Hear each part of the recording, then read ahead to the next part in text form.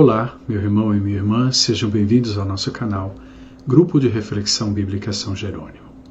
Hoje, como se trata de um domingo, vamos meditar um pouco alguns aspectos dos 3 textos bíblicos, saltando o Salmo, que a liturgia nos propõe. Os 3 textos são muito ricos, daí a necessidade de escolhermos alguns aspectos significativos. O primeiro, imediatamente, vem da primeira leitura, um trecho do livro dos Atos dos Apóstolos. De forma sintética, esse trecho nos narra a atuação evangelizadora, poderíamos dizer, de Filipe na região da Samaria. Ora, a Samaria é uma região que, historicamente, por muito tempo, estava destacada de Judá, do reino de Judá. Esse destacamento era político, era cultural. Sabemos do Evangelho, sobretudo o texto da Samaritana, no Evangelho de João, no qual se afirma que os judeus não se davam bem com os samaritanos. De qualquer modo, Filipe vai à região da Samaria e lá evangeliza essa região. Tendo recebido da parte dos samaritanos uma acolhida que, sobretudo, é direcionada ao Evangelho, então foram chamados os apóstolos, Pedro e João de modo particular, que foi a essa região, porque receberam a notícia de que os samaritanos se mostraram acolhedores do Evangelho, para impor as mãos sobre eles. E naquele momento, o Espírito Santo se fez presente sobre eles. Qual que é a importância desse texto? Em primeiro lugar, nós estamos habituados a falar de Pentecostes e pensar naquela cena que o livro dos Atos dos Apóstolos nos descreve no 2º capítulo. Aquela cena na qual as portas fechadas, com um barulho intenso e tendo a manifestação do Espírito sob forma de línguas de fogo, o Espírito potencializa os apóstolos para que eles pudessem proclamar o Evangelho. E todos os que estavam ali presentes entendiam em suas línguas o que o apóstolo falava. De modo especial Pedro, que é quem faz o discurso. Nós estamos habituados a entender aquela cena como a cena de Pentecostes. E de fato é uma cena de Pentecostes. Mas não é a única cena de Pentecoste no livro dos Atos dos Apóstolos.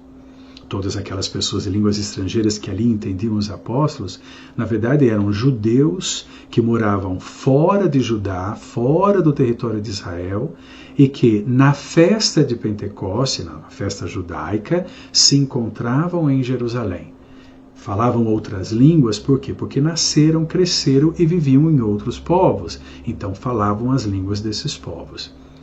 Por isso, nós podemos dizer que a Pentecostes do capítulo 2 é a Pentecoste dos judeus. A importância daquela cena está no fato de que o Espírito é que faz com que os apóstolos tenham coragem de falar e, ao falar, sejam compreendidos. Ou seja, ao comunicar o Evangelho é acolhido, porque é compreendido por aqueles que ouviram os apóstolos. Nesse sentido, a missão, a evangelização, a proclamação da igreja só consegue de fato enraizar o Evangelho nas pessoas, homens e mulheres, porque é o Espírito Santo, por meio dos apóstolos, que faz com que esse Evangelho chegue ao coração das pessoas. A grande força motora, portanto, da missão da igreja é o Espírito Santo. Ora, nesse capítulo aqui, 8º do livro dos Atos dos Apóstolos, nós estamos numa segunda Pentecostes. Porque, de novo, depois desse processo de evangelização executado por Filipe, o Espírito desce sobre eles. Ou melhor, usando a linguagem do livro, eles recebem o Espírito. O que significa isso? Ora, a presença do Espírito depois da ação evangelizadora de Filipe e da acolhida dos samaritanos significa confirmar aquele momento como de fato um momento evangélico. Ou seja, os samaritanos, embora de uma cultura diferente, uma cultura que se oponha à cultura dos judeus, agora também são membros efetivos verdadeiramente da igreja. Há uma terceira Pentecostes que aparece no capítulo 10, Pedro na casa de Cornélio. Cornélio é um pagão, é um estrangeiro. Também ali, depois dos vários acontecimentos, que não vou descrever aqui, mas você pode conferir na sua Bíblia, Atos dos Apóstolos, capítulo 10, Pedro percebe que Deus reconhece os pagãos como merecedores da sua graça. O Espírito Santo, então, também se faz presente ali, como se fez presente no capítulo 2, como se fez presente no capítulo 8, que a liturgia hoje nos propõe. Amarrando um pouco tudo isso, lá no início dos Atos dos Apóstolos e na conclusão do Evangelho de Lucas, Cristo deixa uma missão aos apóstolos, de evangelizar Jerusalém, a Judéia, a Samaria e os confins do mundo. Jerusalém, a Judéia, tem a ver com a Pentecostes dos judeus. O Espírito Santo agindo na igreja, potencializa a igreja para que ela seja capaz de transmitir o Evangelho. E nessa transmissão, ajude as pessoas a acolher o Evangelho, se vincular a Jesus Cristo. Cumpriu-se a primeira parte da ordem de Cristo. No capítulo 8, presente na nossa liturgia de hoje, se alcançou os samaritanos, que estava lá na ordem de Jesus. De novo, o Espírito Santo se apresenta como dom, que confirma esse movimento. Depois, no capítulo 10, na casa de Cornélio, um pagão. Ou seja, toda a missão da igreja, a proclamação do Evangelho que a igreja faz no mundo, ela se torna eficaz, não só pela qualidade oratória dos apóstolos, dos evangelizadores, dos membros da igreja, mas porque, sobretudo, o Espírito Santo age para que a igreja, nos seus membros, a começar dos apóstolos, seja de fato capaz de anunciar o Evangelho e as pessoas capazes de escutarem esse Evangelho. Nesse sentido, o capítulo 8 de hoje representa a realização da segunda parte da ordem deixada por Jesus, que será completada depois no capítulo 10. Uma vez completada, depois vai partir a missão de Paulo, que de fato vai alcançar os confins do mundo. Na época, confins do mundo se entendia a cidade de Roma. De qualquer modo, vemos aqui o Espírito Santo como esse motor que potencializa, dá coragem, dá força e ao mesmo tempo favorece a escuta e a acolhida do Evangelho. Nesse sentido, a igreja, como comunidade dos discípulos e discípulas de Jesus Cristo, é uma realidade pneumática. O que significa uma realidade pneumática? É uma comunidade movida, nutrida, iluminada, educada pela presença do Espírito Santo. Mas qual o valor de tudo isso? Para aprofundar um pouco mais, vamos saltar para o texto do Evangelho de hoje, que é retirado do Evangelho de João. É a continuação do texto do Evangelho que já foi proclamado no domingo passado. Temos que primeiro nos localizar aqui. Esse capítulo 14 faz parte de uma seção ampla do Evangelho de João que nós chamamos de discurso de despedida. Ou seja, com o aproximar-se da morte, Jesus faz um discurso aos seus discípulos, dando-lhes os últimos ensinamentos, como é que eles devem continuar vivendo, caso ele venha morrer, sabemos que ele morreu. E de certa forma também deixando no coração, na mente dos discípulos, a certeza de que não serão abandonados. O trecho de hoje tem algumas características particulares. Trecho desse grande discurso, não é? Primeiro, Jesus aqui se dirige aos apóstolos, invocando imediatamente a questão dos mandamentos. Se me amais, guardareis os meus mandamentos. Amar e guardar. Amar não significa somente gostar de Jesus. Amar significa, sim, uma vinculação afetiva, de proximidade, de amizade, de respeito. Mas amar aqui é entendido pelo verbo que vem logo em seguida, guardar. Então, o amar não significa só gostar, mas amar significa, se você de fato tem essa vinculação com Cristo, deve procurar viver segundo os ensinamentos de Cristo. Porque é essa vivência que atesta, que diz com clareza que verdadeiramente você ama Cristo. Então, o trecho que a liturgia nos propõe hoje começa com uma perspectiva ética. Ou seja, independente de Jesus estar diante dos nossos olhos ou Jesus estar nos céus, se nós amamos Jesus, na nossa vida temos que viver de consequência, ou seja, respeitando os seus mandamentos. Claro que temos que fugir de uma idealização, de um perfeccionismo ou da mania de perfeição. Esse guardar os mandamentos é o esforço diário. Nem sempre a gente consegue, mas é importante não deixar de tentar, não desistir. Porque esse não deixar de tentar significa que estamos crescendo na intimidade com Jesus. E diante desse discípulo e dessa discípula que o ama e, portanto, guarda os seus mandamentos, Jesus promete que ele rogará ao Pai para que o Pai lhes dê um outro defensor. Interessante, Jesus não fala que ele vai pedir para o Pai mandar um defensor, mas um outro defensor. Se ele diz um outro defensor, significa que já tem um defensor. Quem é esse defensor? É ele mesmo. Mas ele agora se aproxima da morte e já sabemos que morto volta para Deus, ressuscitado, evidentemente, não é? Então aqui a ideia de fundo primeira é: Jesus é o enviado de Deus, que está para completar a sua missão terrena. Mas ao completar a sua missão terrena, ele não abandona quem fica aqui. Ao voltar para Deus, então ele pede a Deus que envie um outro, para que a presença desse outro perpetue, dê continuidade à ação dele na história, na vida dos discípulos e discípulas, na vida da igreja. Esse Espírito é o Espírito da verdade. Bom, de qual verdade estamos falando aqui? Não é um conceito escondido, uma ideia que só poucos sabem o que é. Essa verdade também não é a revelação dos crimes ou dos pecados dos homens. Essa verdade tem a ver com a vontade salvífica de Deus, que já se realiza plenamente em Cristo.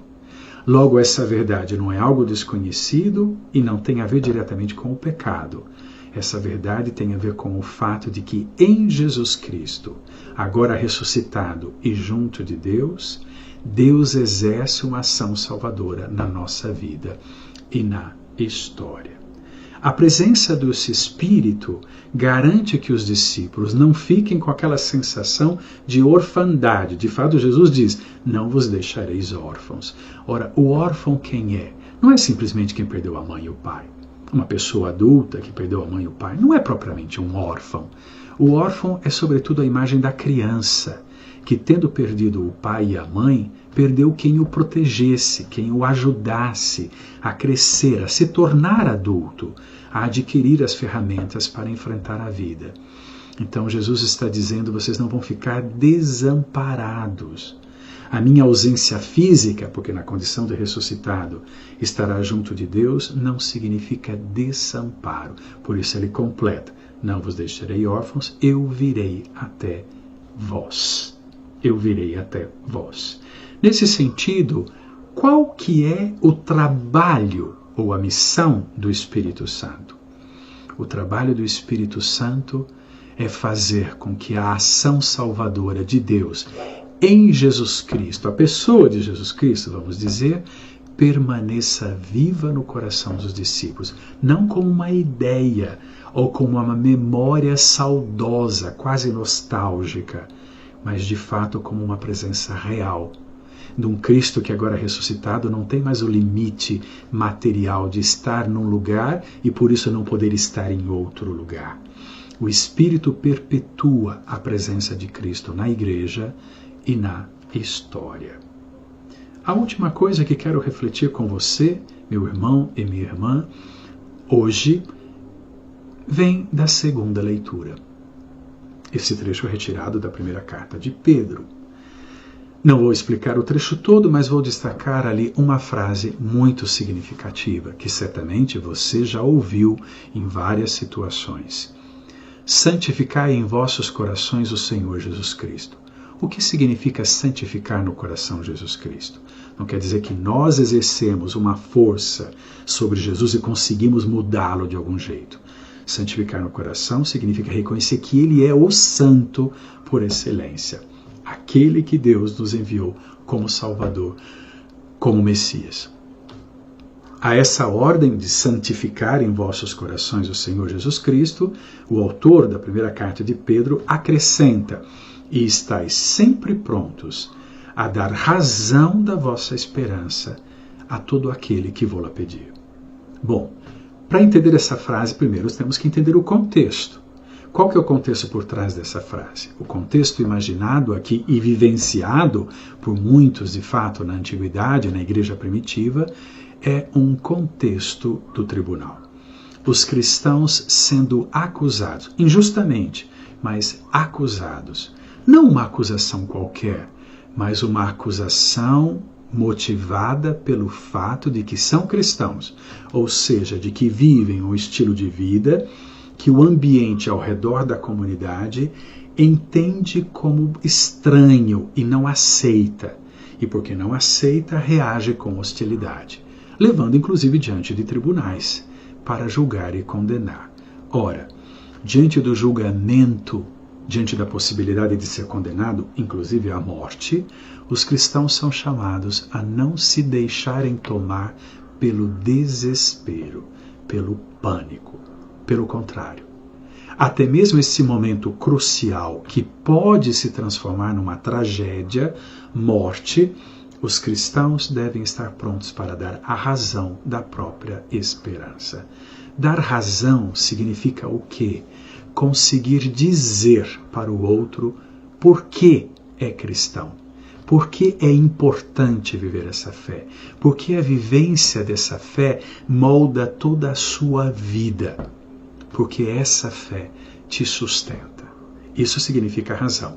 Mas não é uma razão qualquer, não é simplesmente falar eu tenho fé e acredito em Jesus. Razão da vossa esperança. Nós todos esperaremos aqui dizer razão da vossa fé, não é? Por que o autor não usa a palavra fé, mas usa a palavra esperança? Porque ele escolheu a palavra esperança como a palavra que explica o conjunto da vida de fé cristã. Então, a esperança que carrega a fé e diz o conjunto. Mas o que é essa esperança? Para entender bem essa esperança, temos que saltar para o primeiro capítulo da carta.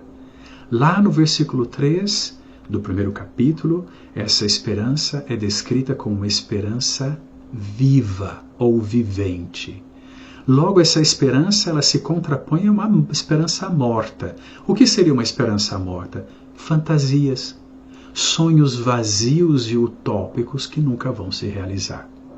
Mas como é que essa esperança não é morta, não é uma fantasia? Não se sustenta num sonho vazio? Aí temos que saltar para o versículo 21 do capítulo 1, quando a esperança está diretamente associada à ressurreição de Cristo. A esperança do cristão, então, ela se fundamenta na certeza, fé, de que Cristo ressuscitou. E essa ressurreição é preparada também para nós. Portanto, algo que aconteceu no passado, Cristo ressuscitou, que é uma certeza que carregamos no futuro, no presente, e que se abre para um futuro. Essa ressurreição também é preparada para nós. A esperança, portanto, não é o desespero, mas é a certeza de que, se nos mantivermos unidos a Cristo, na linguagem do Evangelho de João, amamos e guardamos os mandamentos de Jesus, chegaremos também à ressurreição, à vida plena, à vida eterna.